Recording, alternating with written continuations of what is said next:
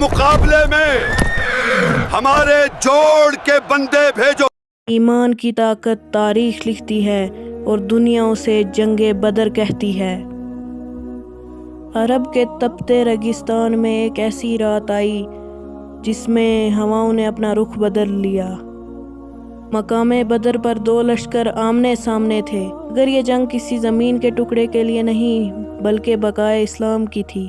ایک طرف 1000 کا لشکر جرار تھا جو اسلحہ، گھوڑوں اور غرور میں ڈوبا ہوا تھا، دوسری طرف صرف 313 جانباز تھے جو پھاقوں کی حالت میں اپنے گھر سے دور صرف موت کا سامان ساتھ لے کر آئے تھے۔ ریگستان کی ریت اس رات خاموش تھی، لیکن اس خاموشی کے پیچھے وہ طوفان چھپا تھا، صدیوں سے چلے آ رہے کفر کے حیوانوں کو ہمیشہ کے لیے ہلا دینے والا تھا۔ وہ رات تھی جب تاریخ اپنا رخ بدلنے کے لیے بے چین تھی۔ ابو جہل کے خیمے میں سازشوں کا دھواں اٹھ رہا تھا۔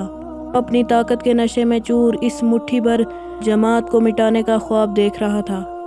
اس نے اپنے سرداروں کو اکٹھا کیا اور وہ کلمات کہے جن میں نفرت اور تکبر کی بو آ رہی تھی۔ اسے اپنے لشکر پر اس قدر ناز تھا کہ وہ مٹھی بھر لوگ قریش کے غیظ و غضب کا سامنا ایک لمحہ بھی نہیں کر پائیں گے۔ اسے معلوم نہیں تھا کہ جس کے خلاف وہ جنگ چھیڑ رہا ہے اس کے پاس وہ غیبی قوت ہے جو پہاڑوں کو بھی چور کر دیتی ہے۔ کفر کا یہ سردار آج اپنی زندگی کی آخری محفل سجا رہا تھا اور اس کا غرور اسے پکار پکار کر کہہ رہا تھا، کل سورج نکلنے سے پہلے ان کا نام و نشان مٹ جائے گا اور عرب کے قبیلے ہماری ہیبت کے داستانے سنائیں گے۔ جب ساری دنیا سو رہی تھی تو کائنات کا سب سے مقدس وجود رحمت للعالمین حضور صلی اللہ علیہ وسلم اپنے رب کے سامنے دعا کر رہے تھے۔ وہ خیمہ نور سے بھرا ہوا تھا اور وہاں سے اٹھنے والی سسکیاں عرش بری کو ہلا رہی تھی۔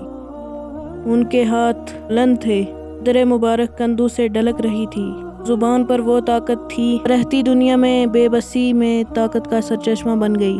یا اللہ، اگر آج یہ مٹھی بھر جماعت ہلاک ہو گئی تو اس سرزمین پر تیرا نام لینے والا کوئی زندہ نہیں رہے گا۔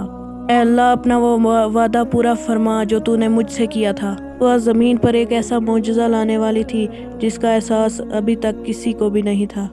مسلمانوں کی صفیں سیدھی تھی، ان کے چہروں پر وہ سکون اور اطمینان تھا جو صرف ان کو نصیب ہوتا ہے جو موت کا ذائقہ چکھنے کے لیے تیار ہوتے ہیں۔